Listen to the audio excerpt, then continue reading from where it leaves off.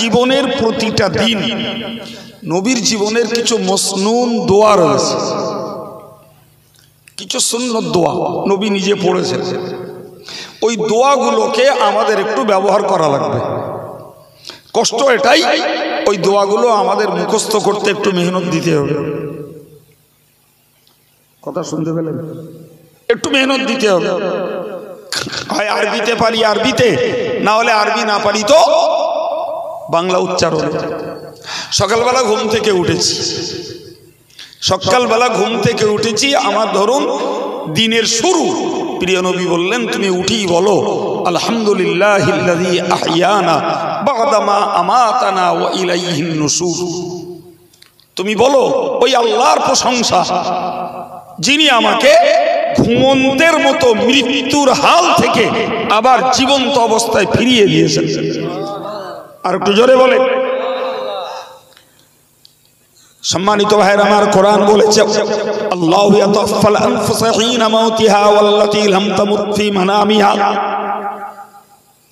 মহান আল্লাহ বললেন বান্দারে তোমরা মনে রাখো, তোমরা যখন মারা যাও আল্লাহ তোমাদের জানটাকে কবজ করে নেন।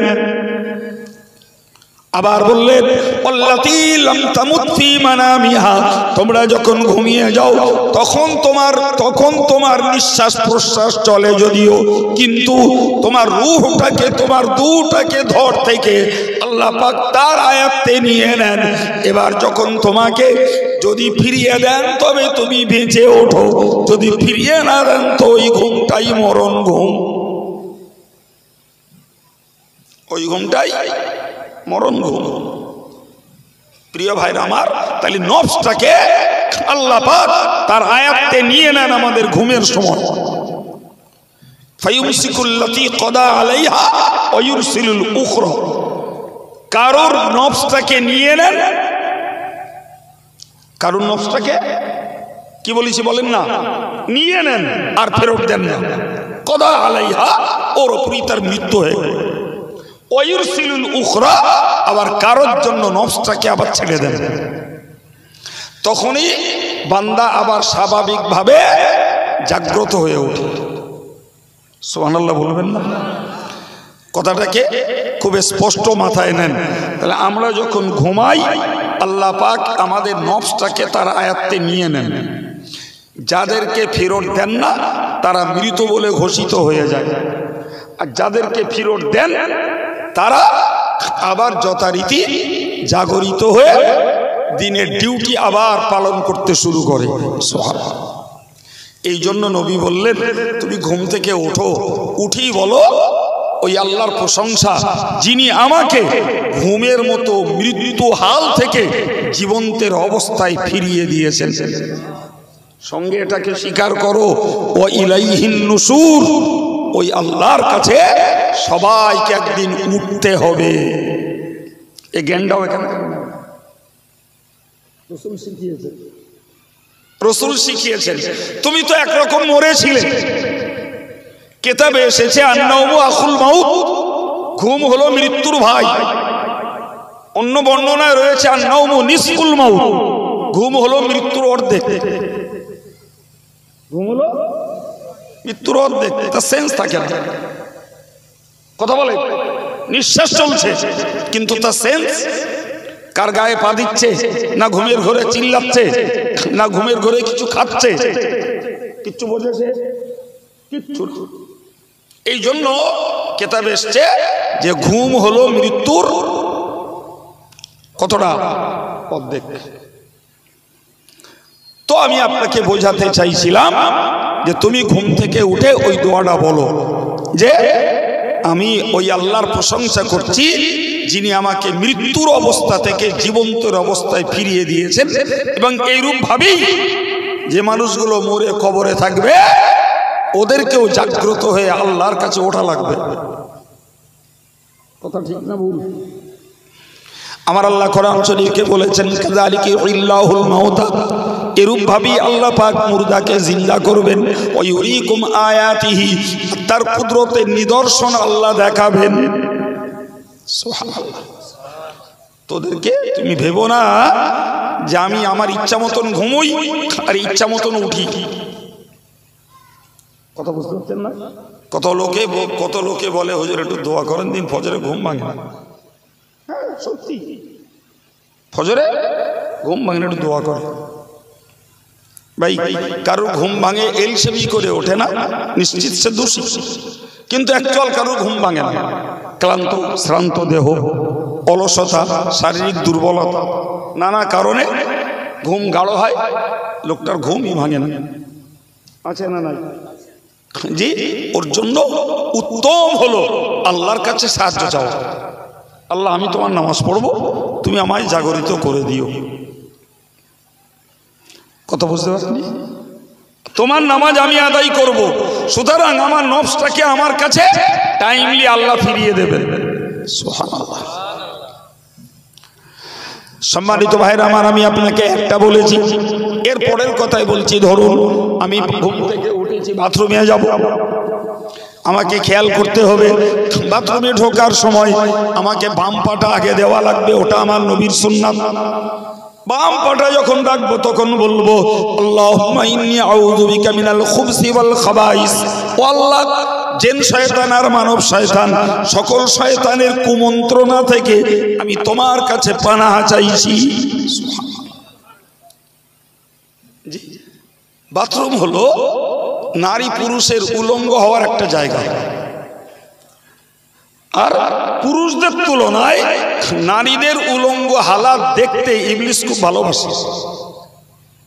আর এই জন্যই এই অধিকাংশ মেয়েদের যাদের জেন দৈত্যের আসার আছে, জেন দৈত্যের প্রভাব যাদের দেহে আছে, এরা বেশি করে সুযোগ নেয় বাথরুম থেকে। এই জন্য নবী এই দোয়া শিখিয়েছেন যে তোমরা বাথরুমে ঢোকার সময় বাম পা রাখো আর এই দোয়াটা পড়ো। জি, তোমার সেখানে নগ্ন হতেই হয়, কিন্তু ইবলিস জিন শয়তান তোমার প্রতি কোনো প্রভাব ফেলতে পারবে না যদি তুমি এই দোয়াটা পড়ে ভিতরে প্রবেশ করো। তুমি বার হয়েছো, বার হওয়ার সময় ডান পাটা বাইরে রাখো, রেখে বলো গুফরানাকা আলহামদুলিল্লাহিল্লাযী আযহাবা আন্নিল আযা ওয়া আফানি। আল্লাহ বললেন, রাসূল বললেন, বলো আল্লাহ তোমার কাছে ক্ষমা চাইছি, তোমার কাছে ক্ষমা চাইছি। কেন ক্ষমা চাচ্ছ?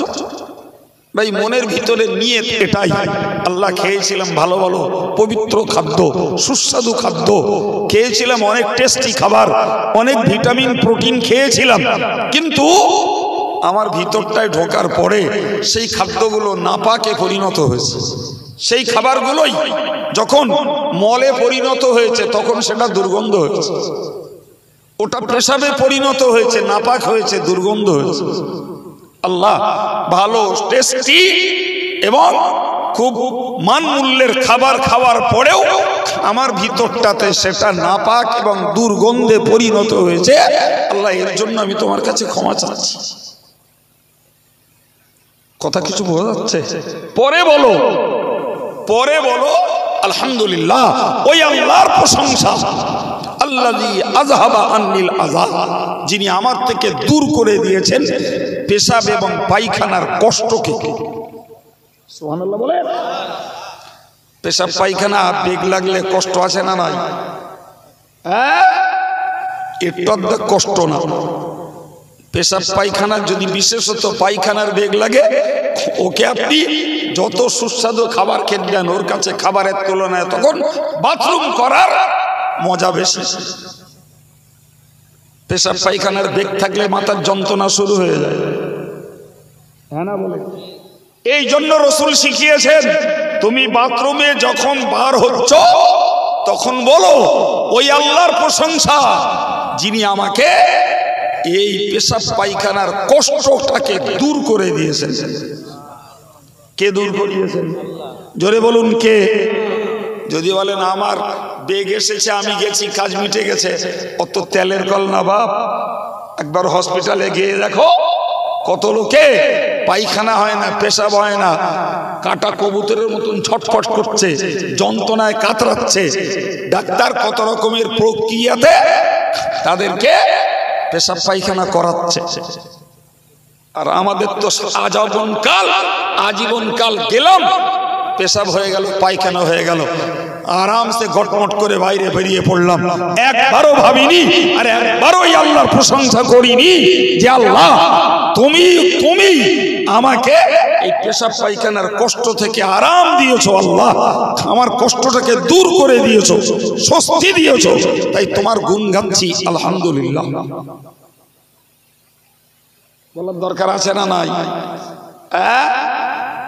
সম্মানিত ভাইরা আমার, শুধু ওই নয়, আমার আল্লাহ পাকের নবী বললেন, আমার আল্লাহর নবী বললেন তুমি বাথরুম থেকে বার হও, হয়ে বলো আল্লাযী আযহাবা আনিল আযাব ওয়া আফানি, আমার থেকে কষ্টকে দূর করে দিয়েছেন যেমন তেমন আমাকে স্বস্তি এবং আরাম দান করেছেন।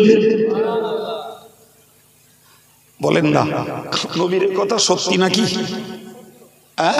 তা নবীর কথা যদি সত্যি হয় বাবা, তাহলে আমরা এই কাজটা কেন করতে পারি না?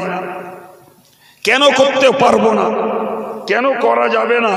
একটু নিজের বোনের সঙ্গে কথা বলতে হবে। আরে যাবে 10 দিন মুখস্থ করতে, তা কি হয়েছে? বাথরুমে তার বই নিয়ে যাওয়া যাবে না, দেখে পড়লি নাই হয়, কিন্তু ওখান তার বই নিয়ে যাওয়া যাবে না। যাবে 10 দিন মুখস্থ করতে। আমার ওই যুবকগুলো ইচ্ছা করলে ইজি পারবে। একটু মনের দরকার, একটু মনের দরকার। সম্মানিত ভাইরা আমার, মনে রাখুন নবী সাল্লাল্লাহু আলাইহি ওয়াসাল্লাম তিনি বাথরুম থেকে বার হতেন, উযু করতেন। কি করতেন? উযু করতেন। যদি উযুর অবকাশ না থাকতো কিংবা পানির অভাব থাকতো তায়াম্মুম করতেন। জি, হাদিস শরীফে এসেছে যারা সর্ব অবস্থাতে উযু হালাতে থাকে তাদের আল্লাহ ঈমান সহ মৃত্যু দান করবেন। আর আমরা বাবা যারা কাজের মানুষ, আমরা যারা কাজের মানুষ, সত্যি সত্যি আমাদের পক্ষে সবসময় উযু হয়ে থাকা সম্ভব না। এটা সত্যি কথা, চাপিয়ে দিলে তো হবে না, তার বাস্তবটা বুঝতে হবে। কিন্তু একটা কাজ তো আমরা পারি বাবু, সেটি হলো যে এই পেশাব পায়খানা যখনই করি তখন তো আমরা অন্তত ওই নাপাকিটাকে দূর করতে পারি।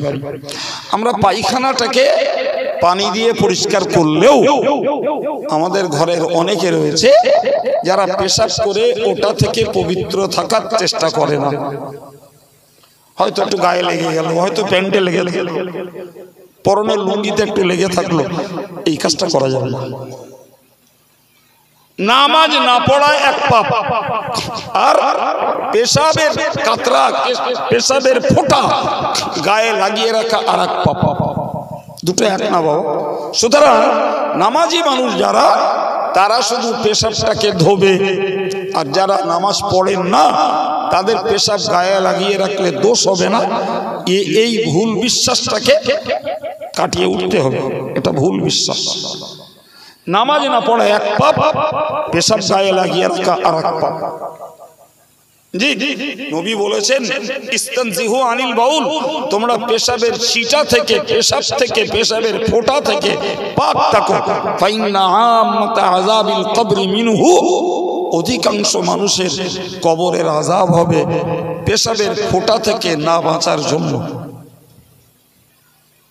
এই ছেলেরা একটু মনে রাখা যাবে, অন্য কোথাও না, রাসূলুল্লাহ স্পষ্ট করে বললেন যে কবরের আযাব হবে অধিকাংশ লোকের পেশাবের ফোঁটা গায়ে লাগানোর জন্য।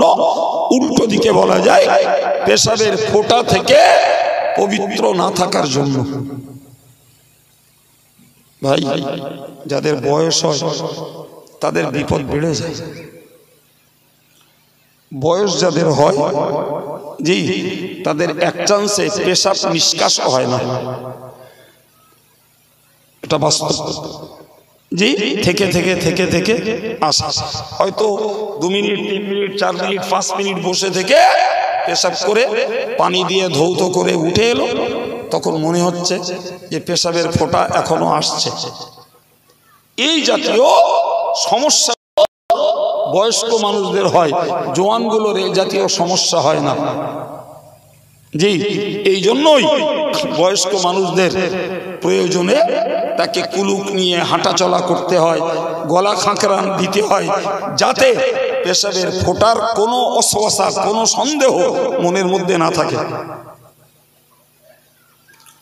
যদি তা না করা হয় আপনি পেশাব করে ধুয়ে আসবেন, 2-4 কদম হাঁটবেন, একদম একদম ইজি পেশাব করবে ফের।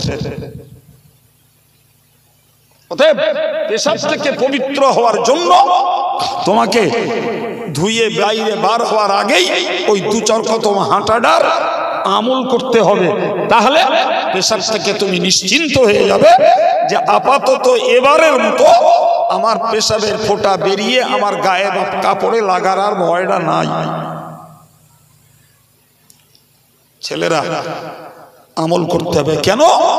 উজু আমি করতে যদি নাই পারি আর এই আমলটাও যদি বজায় রাখি, ভাই রাসূলুল্লাহ ইবলিসকে বললেন, ইবলিস পৃথিবীতে তো শত্রু কারা?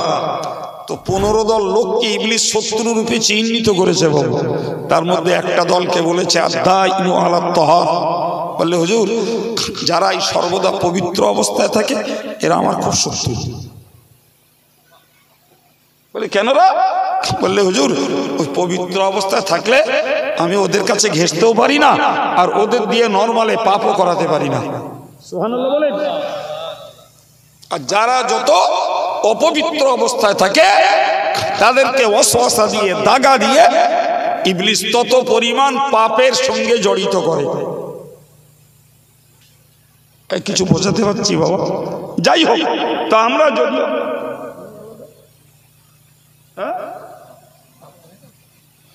জি প্রিয় ভাইরা আমার, তো যদি আমাকে নবীর ভালোবাসা দেখাতে হয়, নবীর ভালোবাসা বাড়াতে হয়, তাহলে আমাকে এই পবিত্র অবস্থায় থাকার চেষ্টা করতে হবে। আরে এটুকু তো বুঝতে হবে যে পেশাবটা আর কিছু না হোক, যেমন নাপাক তেমন দুর্গন্ধ। তাহলে ও 2 ফোঁটাও কেন আমার প্যান্টে লেগে থাকবে? আমার পরনের কাপড়টায় কেন লেগে থাকবে? এতটুকু যদি বিবেকের বিচার করি ওতেই পবিত্র থাকা যাবে বা ওতেই পবিত্র থাকা যাবে। সম্মানিত ভাইরা আমার, আমি আপনাকে বোঝাতে চাইছি, এরপরে আপনি যদি মনে করেন আমি চা পান করবো, টিফিন খাবো, যাই করুন না কেন, আমাকে মনে রাখতে হবে রাসূলুল্লাহ খান আর পান করুন, খাবার আগে বিসমিল্লাহ বলতেন। এটা নবীর সুন্নাত, ওটা নবীর সুন্নাত। কারণ আমি যখনই পানাহার করব যদি বিসমিল্লাহ ছাড়াই পানাহার করি, ইবলিস আমার খাবারে শরীক হয়ে যাবে, ইবলিস আমার খাবারে অংশগ্রহণ করবে। খবরদার আমি যেন আমার খাদ্যে ইবলিসকে সুযোগ না দেই। কি গো, মনে রাখার দরকার আছে নাই? আমার খাদ্যে ইবলিস সুযোগ নেবে। কিতাবে এসেছে, কিতাবে এসেছে রাসূলুল্লাহ সাহাবায়ে কেরামদেরকে নিয়ে একদিন খেজুর খাচ্ছিলেন। তো অনেকগুলো সাহাবা ছিল, হঠাৎ করে একটা বাচ্চা, সে বেচারা ছুটে এসছে, ছেলে মানুষ, আর এসেই ওই খাবারের প্লেটে হাত মেরেছে। নবী তার হাতটা ধরলেন। তো সাহাবীরা যেন একটু হতচকিত হয়ে গেলেন, বাচ্চা ছেলে কড়াই বা খেত, রাসূল হাত ধরলেন। রাসূলুল্লাহ বুঝতে পেরে বললেন, ও সাহাবী, তোমরা কি ভাবছো আমি বাচ্চাটাকে খেতে দেবো না তাই হাত ধরেছি? তা নয়, এ বেচারা বিসমিল্লাহ না বলি এই খাবারে হাত দিয়েছে, আর ওর সঙ্গে ইবলিসও হাত দিয়েছে। তো আমার এই হাতের মুঠোয় এর হাত ধরা নেই, ওর সঙ্গে ইবলিসের হাতটাও ধরা আছে। জি, তো হযরত নবী সুলাইমান আলাইহিস সালামের একটা দোয়া ছিল যে আল্লাহ এই ইবলিসের উপরে আমার যত ক্ষমতা দিয়েছো এই ক্ষমতা যেন তুমি আর কাউকে দিও না। তো আমি ইচ্ছা করলে এই ইবলিসটাকে তোমাদেরকে দেখাতে পারতাম, কিন্তু আমার নবী ভাই সুলাইমানের দোয়া রয়েছে, তো আমি তার উপরে এই ক্ষমতাটা দেখাতে চাচ্ছি না বলে ইবলিসকে ছেড়ে দিলেন। ইবলিসকে ছেড়ে দিলেন। প্রিয় নবী বললেন, আমি দেখতে পাচ্ছি যতদূর দৃষ্টি যাচ্ছে ততদূর ইবলিস দৌড়াচ্ছে। ওই বাচ্চাটাকে পড়িয়ে নিলেন, বলো বাবা বিসমিল্লাহির রহমানির রহিম। পড়া হলো, ছেড়ে দিলেন। ওই রকম ঊর্ধ্বশ্বাসে ইবলিস তখন দৌড়াচ্ছে। জি সম্মানিত ভাইরা আমার, নবীর ভালোবাসা যদি বাড়াতে হয় দৈনিক জীবনের এই দোয়াগুলোকে কিছু জানি কিছু জানি না, যেগুলো জানি না সেগুলো আমাদের একটু মেহনত করে আয়ত্ত করতে হবে। খাওয়া শুরু করো, খাওয়া শুরু করো, ইংলিশকে অংশ দিও না। জি, সুন্নত ভাবো, শুধু ভদ্রতা না। খাওয়ার মাঝে আঙ্গুলগুলো চেটে খাও। নবী আঙ্গুল চেটে খেতেন। নবী খাবারটাকে কোলের থেকে খেতেন, মাথা থেকে ঘেঁটে খেতেন না। জি, নবী কোল থেকে খাবার খেতেন। রাসূলুল্লাহ বলতেন যে অফি ওয়াসতিহি বারাকা, ওই খাবারের মাঝখানটায় আল্লাহ বরকত নাজিল করেন। সুতরাং তোমরা প্রথম অবস্থাতেই খাবারের মাঝখানে ভাত হোক তরকারি হোক যাই হোক মাঝখান থেকে খেও না, সাইড থেকে খাও। জি, একটা খাবার পড়ে যায়, খাবারটাকে তুলে খাও। দস্তরখানা এঁটো ফেলার জন্য না, দস্তরখানা পড়ে যাওয়া খাবার তুলে খাওয়ার জন্য। জি, যে খাবারটা তুলে খাওয়া হয় ওই খাবারটা তার জন্য দোয়া করে। আর যে খাবারের যোগ্য খাদ্য যদি ফেলে দেয় ওই খাদ্য তার জন্য বদদোয়া করে। যে আল্লাহ আমি খাবারের যোগ্য ছিলাম অথচ আমাকে সে খাবার কাজে ব্যবহার করলো না। প্রিয় ভাই, নবী সরকার দো আলম এই যে একদম নরমালি যেগুলো আমরা দৈনিক করি, বলো শুধু একটু নিয়ত করে করা যে আল্লাহ আমি তোমার নবীর আদর্শকে অনুকরণ করছি। খাওয়া কমপ্লিট, তুমি খাবার শেষে বলো আলহামদুলিল্লাহ, সমস্ত প্রশংসাই আল্লাহ। আল্লাযী আত'আমানা ওয়া সাকানা ওয়া জাআলানা মুসলিমিন। এ আল্লাহ তোমার প্রশংসা, তুমি আমারে খাইয়েছো, তুমি আমারে পান করিয়েছো, আমাকে মুসলমানদের অন্তর্ভুক্ত করেছো। সম্মানিত ভাইরা আমার, ভালো করে খেয়াল রাখুন, পান করব আমি। আল্লাহ পাকের নবী বলেছেন লা তাশরিবু কাইমান, তোমরা দাঁড়িয়ে দাঁড়িয়ে পান করো না। হুজুর বলেছেন ইন্নাশ শাইতানা ইয়াকুলু বিশিমালিহি, তোমরা বাম হাতে কখনো খেও না, শয়তান বাম হাত দিয়ে খায়। কত ছেলেদের কালচার তৈরি হয়ে গেছে, বাম হাতে খাওয়া, বাম হাতে বিস্কুট, ডান হাতে 4 কাপ, কেউ বাম হাতে 4 কাপ ধরেছে, কালচার তৈরি হয়েছে। কখনো খেও না। হোটেলগুলো খেতে যাচ্ছে, প্লেটগুলো ঘোঁটা, পরিষ্কার করে খায় না। জি, ভদ্রতা দেখায়। এখন ভদ্রতা দেখাতে যে নবীর সুন্নতটাকে মাড়াই করছো, তোমার ভিতর থেকে নবীর মহব্বত দূর হয়ে যাচ্ছে। আর পাশাপাশি শয়তানের আদর্শ তোমার ভিতরে প্রভাবিত হচ্ছে। জি ভাই, আমাদেরকে খেয়াল করতে হবে। হযরত ওমর ফারুক রাদিয়াল্লাহু আনহুর জমানায় যে মিশর জয় হলো, তিনি মিশরের গভর্নর করে পাঠিয়ে দিলেন হযরত আমর ইবনুল আস রাদিয়াল্লাহু আনহু। তো আমর ইবনুল আস মিশরে গেলে মিশরের লোকজন বলল যে এই প্রথম আমাদের দেশে ইসলামী শাসন কায়েম হবে, তো যদি একবার খলিফা আসতেন ভালো হতো। এ দাবি তাদের করা ন্যায্য দাবি। হযরত আমর ইবনুল আস একটা চিঠি লিখে মক্কা শরীফ মদিনা শরীফে পাঠিয়ে দিলেন। হযরত ওমর চিঠিটা পড়ে দেখলেন এর দাবির যুক্তি আছে। উনি যাওয়ার জন্য চিঠির জবাব দিয়ে দিলেন। দিনের দিন একজন সাহাবীকে সঙ্গে করে নিয়ে হযরত ওমর গেলেন। তো যেহেতু মদিনার খলিফা এসেছেন, ফলে সেখানে মধ্যাহ্ন ভোজ, দুপুরের খাবারের ব্যবস্থা হয়েছে। তো খাবারের প্রধান খাদ্য হলো রুটি, প্রধান খাদ্য রুটি খাচ্ছেন সবাই।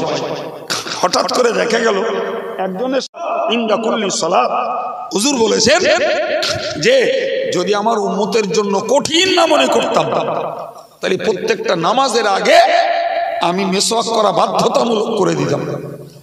কিন্তু বাধ্যতামূলক করলে প্রচুর লোকের গুনাহ হতো, তো বাধ্যতামূলক করিনি। জি, সুন্নতে মুআক্কাদা, অভ্যাসগতভাবে ছাড়লে গুনাহ হবে। মাঝে মধ্যে এক দিন ছেড়ে গেলে গুনাহ হবে না। সেখানেও মশলায় বলা হয়েছে যদি তোমার কাছে আচমকা মিসওয়াক না থাকে, তুমি সুন্নতের নিয়তে আঙ্গুল দিয়ে দাঁতটা ঘষো, অতি সুন্নতে সওয়াব পেয়ে যাবে। প্রিয় ভাই আমার, হাদিস শরীফে এসেছে রাসূল বলেছেন আসওয়াকু মিতাহরাতুল লিল ফাম ওয়া মারদাতুল লিররব। মিসওয়াক হলো মুখের পবিত্রতা এবং মিসওয়াক হলো আল্লাহর সন্তুষ্টি অর্জনের ওসিলা। সুবহানাল্লাহ। যারা নিয়মিত মিসওয়াক করে আল্লাহ পাক এদেরকে ঈমান সহ মরতে দেবেন। আরেকবার বলুন সুবহানাল্লাহ। ছেলেরা বেরাস তো এখন অ্যারিস্টোক্রেট একটা স্টাইল হয়ে দাঁড়িয়েছে। একটু একটু বাচ্চা কাচ্চা যেই বিছানায় পেচ্ছাপ করে, বাপ মা সকালবেলা ঘুমিতে তুলে তার হাতে বেরাস আর পেস্ট দিচ্ছে, বেরাস আর পেস্ট দিচ্ছে। বাবা, তুমি বেরাস পেস্ট দিয়ে খ্রিস্টানদের সুন্নত জিন্দা করছো, আর মহানবীর সুন্নতকে তুমি মুর্দা বানিয়ে দিচ্ছ। কি লাভ হচ্ছে? কি লাভ হচ্ছে? হ্যাঁ ভাই, কারোর দাঁতে পোকা লেগেছে, কারোর দাঁতে পাইরিয়া হয়েছে, ডাক্তার বলেছে বেরাস পেস্ট ব্যবহার করতে। আমি আগেই বলেছি ওটাকে তুমি চিকিৎসা স্বরূপ ব্যবহার করো, সমস্যা নেই, কিন্তু গাছের ডাল দিয়ে দাঁত মাজার এই সুন্নতটাকে জিন্দা করা লাগবে। প্রিয় ভাই আমার, এরপরে মনে ভাবুন, আমি সারা দিনের যে কর্মগুলো করছি, কাপড় পরছি, আমি কাপড় পরছি, এর জন্য দোয়া আছে, এর জন্য দোয়া আছে। আমি বাজারে যাচ্ছি, তার জন্য দোয়া আছে। আমি মসজিদে উঠব নামাজের জন্য, তার জন্য নিয়ম আমি ডান পা রাখবো, খুব জানি ওটা, দোয়া পড়বো আল্লাহুম্মা ইফতাহলি আবওয়াবা রাহমাতিক। বার হব, বাম পা বাইরে দেবো, দোয়া পড়বো আল্লাহুম্মা ইন্নী আসআলুকা মিন ফাদলিক। মসজিদের গায়ে লেখা থাকে, অনেক মসজিদে লেখা আছে, হয় গায়ে লেখা আছে, নালে সেখানে একটা কাগজ টাঙিয়ে দেওয়া আছে, তাতে লেখা থাকে। এই লেখা নাই, খোঁজ করে দেখুন। অবহেলায়, অলসতায়, অমনোযোগিতায় ওই দোয়াটাও অনেকে মুখস্থ করেনি। জি প্রিয় ভাই আমার, সন্ধ্যা হচ্ছে, তারও দোয়া আছে। ভাই আমি রাতের বেলা আবার খেয়ে দিয়ে, রাতের বেলা খেয়ে দিয়ে আমি শুতে যাব। রাসূল তুমি বলো আল্লাহুম্মা বিইসমিকা আমুতু ওয়া আহইয়া। জি আল্লাহ, আমি তোমার নাম নিয়ে এই মরছি, আর তোমার নাম নিয়ে জ্যান্ত হব। ঘুমুচ্ছি শব্দ হাদিসে নেই, বলো আল্লাহুম্মা বিইসমিকা আমুতু, এ আল্লাহ তোমার নাম নিয়ে আমি মরছি। কি করছি?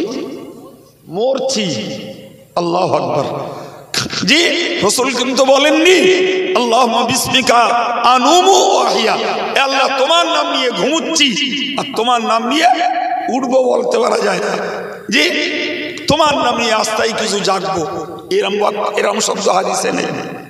হাদিসে রয়েছে আমুতু ওয়া আহইয়া, তোমার নাম নিয়ে মরছি, তোমার নাম নিয়ে জ্যান্ত হব।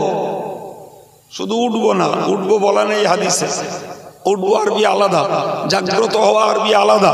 হাদিসের শব্দটা রয়েছে জীবন্ত হব। এই জন্য আমি সেই গোড়ার দিকে বলেছিলাম যে ঘুমাচ্ছে মানে মরে যাচ্ছি, ঘুমাচ্ছে মানে কি। সুতরাং আল্লাহ আমাকে জীবন্ত করে তুলেছেন, ওই জন্য বলো আলহামদুলিল্লাহ। সম্মানিত ভাইরা আমার, দোতলার ঘর, দোতলার ঘর, তিনতলা ঘর, সিঁড়িতে উঠছো, রাসূলুল্লাহ সুন্নাত সিঁড়িতে ধাপে ধাপে পা রাখার সময় বলো আল্লাহু আকবার। যখন সিঁড়ি থেকে নিচে নামছো বলো সুবহানাল্লাহ, প্রত্যেকটা ধাপে ধাপে। সমতল ভূমিতে চলছো বলো আলহামদুলিল্লাহ, এও নবীর সুন্নাত। ভাই দৈনিক জীবনের এই মসনুন দোয়াগুলি ভাই এ অভ্যাস করতে কিচ্ছু লাগবে না। আমি গাড়ি চাপছি, গাড়ি চাপার সময় দোয়া পড়ে নিলাম, জি সুবহানাল্লাযী সাখখারা লানা হাযা ওয়া মা কুন্না লাহু মুকরিনিন ওয়া ইন্না ইলা রাব্বিনা লামুনকালিবুন। এ আল্লাহ, এই যন্ত্র, এই জান, তুমি একে আমার অনুগত বানিয়ে দাও। জোরে বলে জি ভাই। এই যে দোয়াগুলো সত্যিকারের বলুন, আমাদের 24 ঘন্টার যে কাজ, 24 ঘন্টার কাজের সঙ্গে এই দোয়া আর সুন্নত গুলো জুড়ে আছে না নাই? আমি 24 ঘন্টার বাইরে কিছু বলিনি, বলো টাইম টু টাইম। আপনি মনে করছেন হুজুর এত খেয়াল রেখে পারা যায়, এ কি সম্ভব? জি বিশ্বাস করুন, এত ইজি যা ভাবা যাবে। আচ্ছা বলেন তো, যারা মোটর বাইক চালায়, আমি মোটর বাইক দিয়ে বলছি, মোটর বাইকটা বেশি লোকে চালাই আমরা, জি তো মোটর বাইক যারা চালায়, আপনি বলেন তো ভাই, মোটর বাইক যখন একটা লোক ড্রাইভ করছে, ভালো করে খেয়াল করে দেখবেন, ও চোখের কাজ করছে, কানকে হরেন দিচ্ছে, পিছন দিক দিয়ে তার কাজ করছে, হাত টিকার টানছে, হাত কখনো ক্লাস চাপছে, গানটা সামনে এসছে, আলটিমেটলি পা ব্রেকে পড়ছে। তাহলে এতগুলি অঙ্গ এট এ টাইমে কাজ করছে। যদি সবকটা অঙ্গ একই সঙ্গে কাজ না করত, অ্যাক্সিডেন্ট মুহুর্মুহু হতো,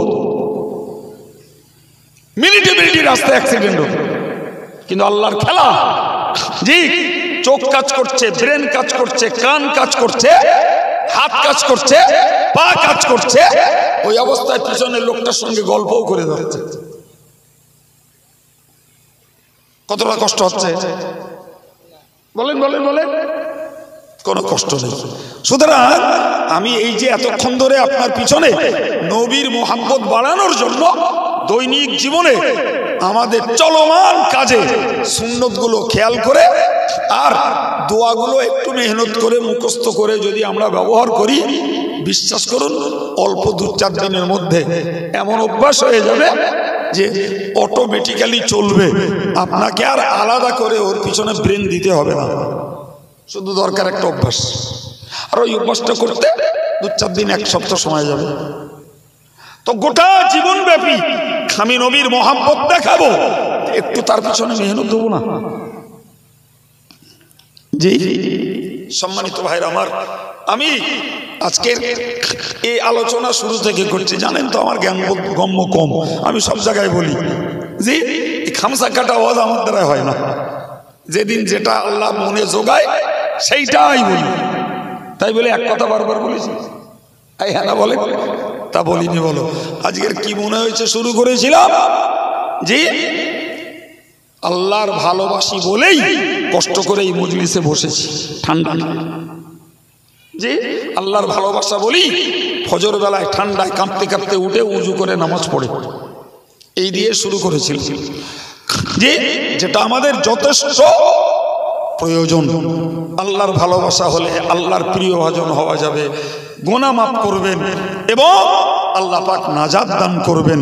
ওই আল্লাহর ভালোবাসা যদি আমাকে 16 আনা অর্জন করতে হয়, দরকার নবীর অনুসরণ।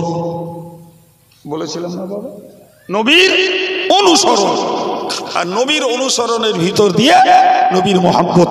তো নবীর মোহাম্মত যদি বাড়াতে হয়, একটা বলেছি, যারা নফল রোজা রাখেন তাদের অন্তত সোমবারের দিনটা রোজা রাখার চেষ্টা করা। আমরা যারা রোজা রাখি না, যদি আল্লাহ কখনো সময় দেন, বিষয়টা জানা থাকলো যে সোমবারের দিনটা রোজা রাখার চেষ্টা করব। আর মনে করব ওই দিনটাই আমার নবী জন্ম হয়েছেন, আর ওই দিনে আমার নবীর কাছে প্রথম আল্লাহ কোরআন নাজিল করেছেন। যে এরপরে বলেছি দৈনিক জীবনের মসনুন সুন্নাতগুলি, দোয়াগুলি আদায় করতে হবে। সঙ্গে এটাও বলে দিয়েছি যে আমাদের দৈনিক জীবনের সুন্নতগুলো ওই নিয়তে আদায় হয়ে যাবে, দোয়াও হবে, সুন্নতও হবে। সম্মানিত ভাইরা আমার, মনে রাখুন, আমি আপনাকে প্রসঙ্গত আরো একটি কথা বলবো যে যাদের দ্বারাই সম্ভব, ও ছেলেরা মনে রাখো বাবা, যদি নবীর ভালোবাসা বাড়াতে হয় তাহলে নবীর চর্চাটা আমাদের একটু করা লাগবে। কবে সেই নবী দিবস আসবে আর একটা সভা দেবো, তাতে 2টো হুজুর দাওয়াত করেছি, আর 2টো হুজুর খানিকক্ষণ ধরে যদি সত্যি তথ্য সম্বলিত কথা বলে, তাহলে নবীর নামে কিছু কথা বললো, আমরা শুনতে পেলাম। আর যদি নবী দিবসের নাম করে জলসা হয় আর তিনি যদি অন্য কিছু বলে সময় কাটান, তাহলে সেও নবীর চর্চার হলো। ঠিক বলছে না ভুল বলছি? জি, কিন্তু মনে রাখবেন একদম বাস্তব কথা, কারুর ভক্তি মোহাব্বত যদি আমাদেরকে ধরে রাখতে হয়, ওই মানুষটাকে আমাদের চর্চা করা লাগবে। কি করা লাগবে? চর্চা করা লাগবে। তার সম্পর্কে আমাদের আলোচনা করা লাগবে, তার সম্পর্কে আমাদের পড়াশোনা করা লাগবে, তাহলে তার প্রতি আন্তরিকতাটা বজায় থাকবে।